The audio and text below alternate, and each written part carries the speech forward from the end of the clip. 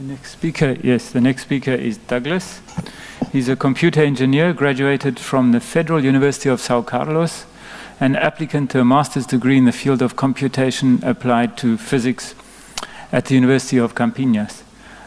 He's been working for just over 3 years as a software engineer in beamline support at the Brazilian synchrotron light source, developing and maintaining EPICS IOCs, LabVIEW solutions, Python scripts, and GUI development. Before that, he worked 4 years as a software engineer in an outsourcing company supporting computer systems for telecommunication companies in the US and Europe. And he's also worked in industry for 5 years, in banking. Okay, over to you. Okay, thank you very much, Andy, for the introduction. Thank you, all the audience. Thank you. So, I will present a work that was submitted by Gabriel, Fedel, James Piton, and Laís do Carmo. So I've worked together them to implement this solution, which is another approach to develop GUIs. So we in Brazil use EPICS to control devices, mainly with protocols RS-232 in the Ethernet. So I will not enter in this part of EPICS, so I will talk for the upper layers. We have also a Python script that was, in fact, it's a library developed to interact with this EPICS layer, able to produce some scripts to coordinate all the procedures to handle the experiments on all the beamlines we had there. In the Journal of Synchrotron Radiation was published an article on 2015 about this library. So for GUIs, we had an experiences with Java and Python developing the GUIs. So basically Java, we had used CS Studio and LabWeb. And Python, we use TK Inter, and currently we are using PyQt. So just talking about our latest experience in the last 4 or 5 years.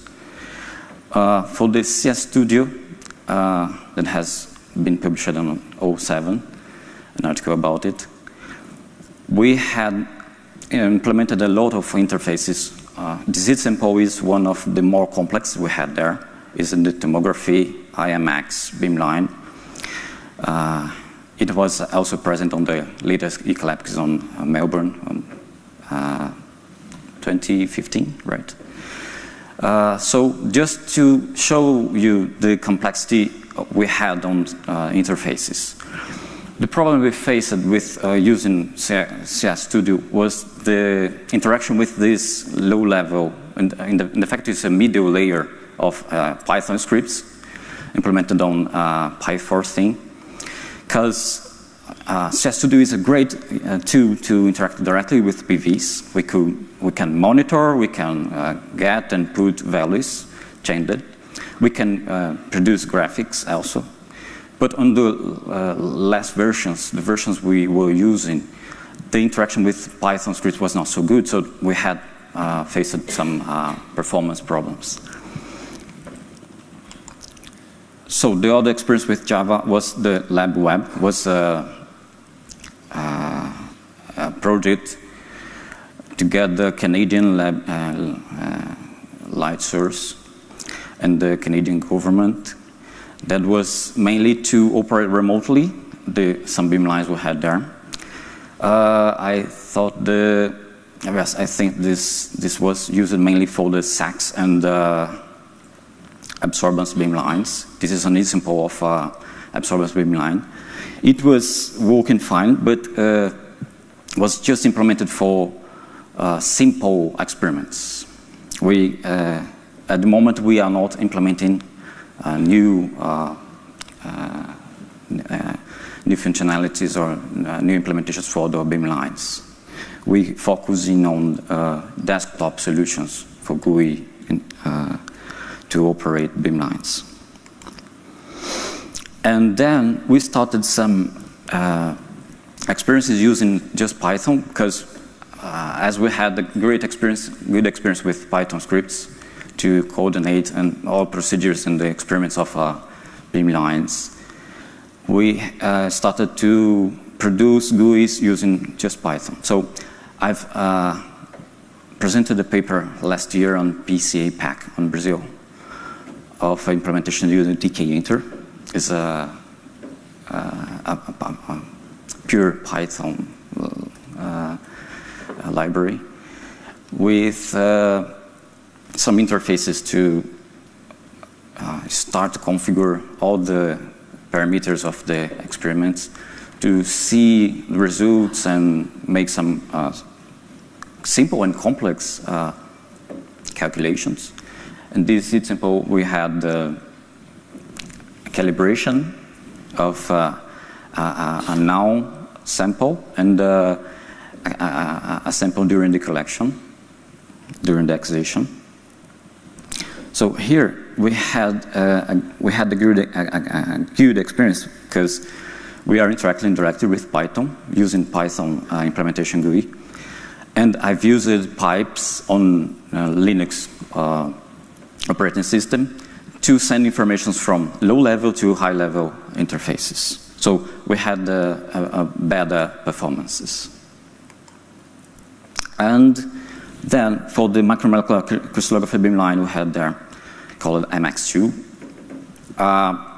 We tried the XCube, which is currently being used by the researchers since the end of last year. And they loved the new interface because in the past we had a lot of spread interfaces to control the experiment. So now it's everything in just one place. So MXCube is, in fact, it is implemented in the way that you can access directly the devices. You can implement sequence and procedures on Python, and you have the widgets on the PyQt graphical stuff. So I've embedded the PyForcing support inside of MXCube, and in fact, this was necessary to implement all EPIC support because natively it supports Tango, Sardana, Tiny, and for EPICs it was necessary to implement. I will present a paper also this afternoon about our experience there. Again, was a great experience. We had a good performance.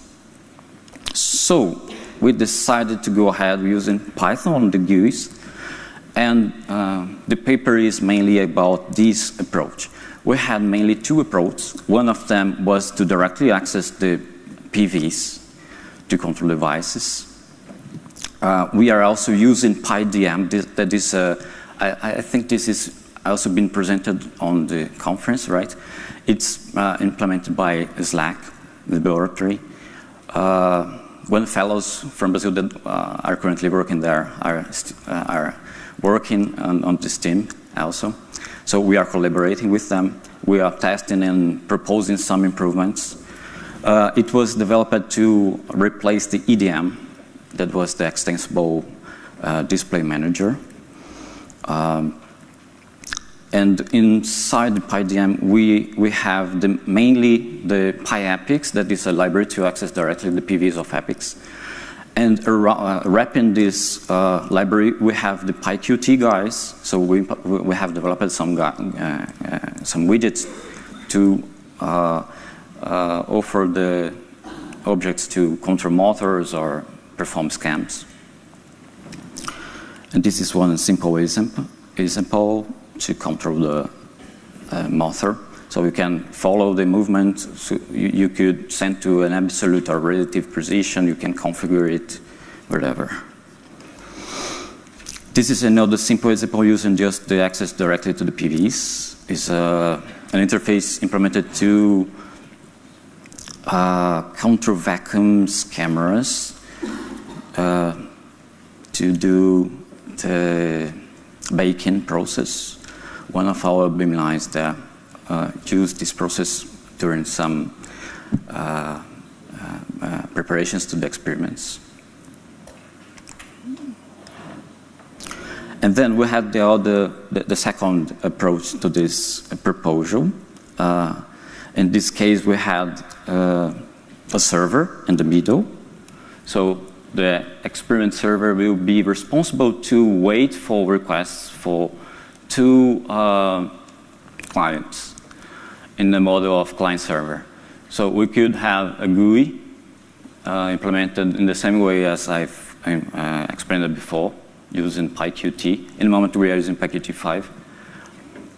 And a direct command sent by command lines for Linux CLI. Inside this server, we will use our PyForcing library that uses internally the PyEpics that directly access the PV, the Epics PVs. So we think that the simpler, the better. So simpler to implement, simpler to maintain, simple to understand what is happening. And this was the, in fact, we are still working with some experiments using this approach. But it has a great performance because to send requests and receive response from the client to the server, we are using DBus protocol that has an IPC, inter-process communications, and support also RPC, remote process calls. So during the decision, we discussed about the usage of threads or processes. Threads are lighter than process because inherit all the information from the process that started, but process gave us some great control, liability, and you are able to do synchronous and asynchronous controls. So we decided to use process, and that is why we are using DBus. Qt and PyQt has also a Qt DBus library to control these messages transferencing. So at the moment, we are very happy with the results we had. We are able to send in the same computer messages from the low level to the high level layers. And we are able to also to start processes from one computer to another computer. Well, had some more deep details about this implementation, but you could access the paper and or send me some questions.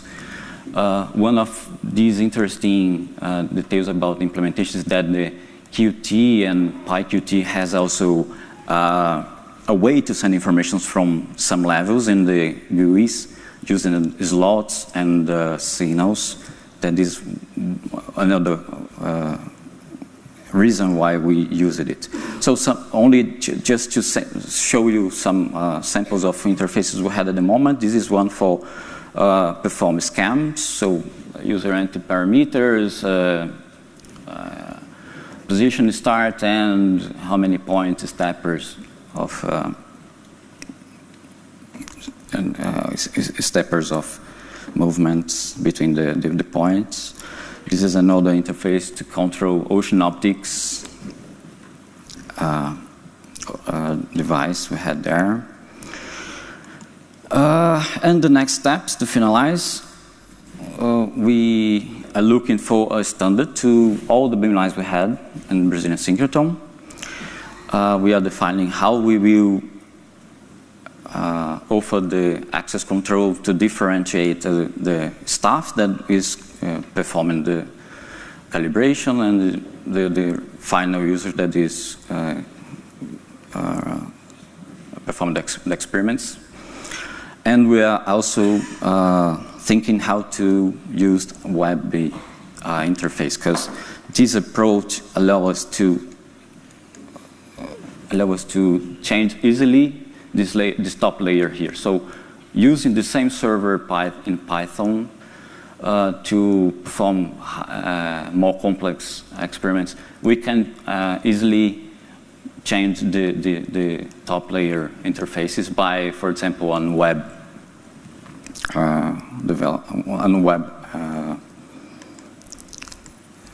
implementation. So that's it.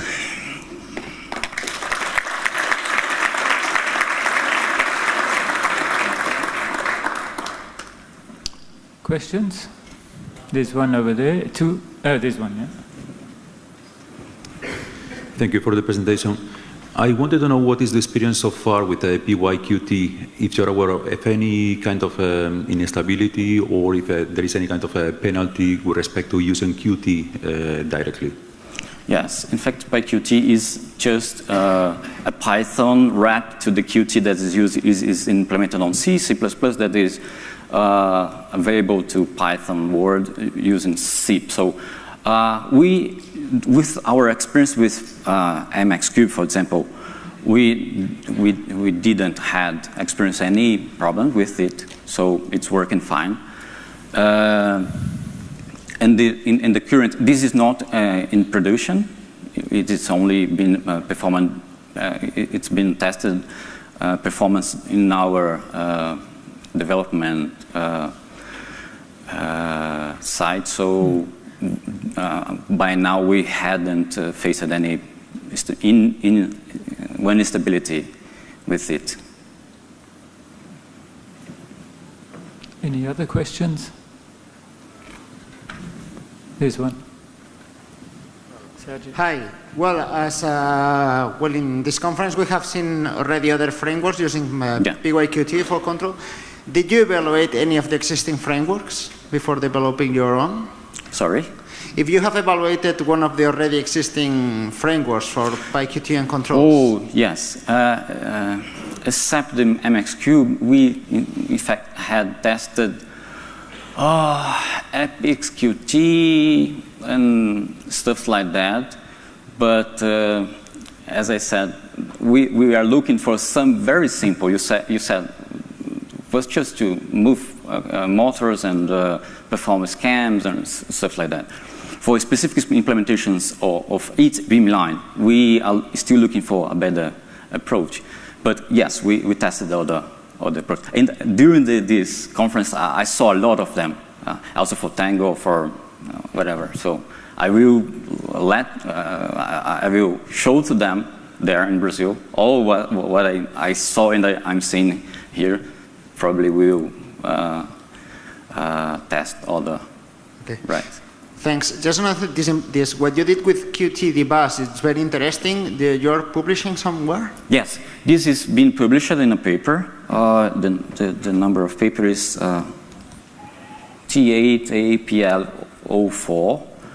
Had a 7 page, so they used the maximum possible. Has a lot of details about the implementations and everything. Okay, thanks. Okay, thank you. Thank you, Douglas. Thanks again. Thank you.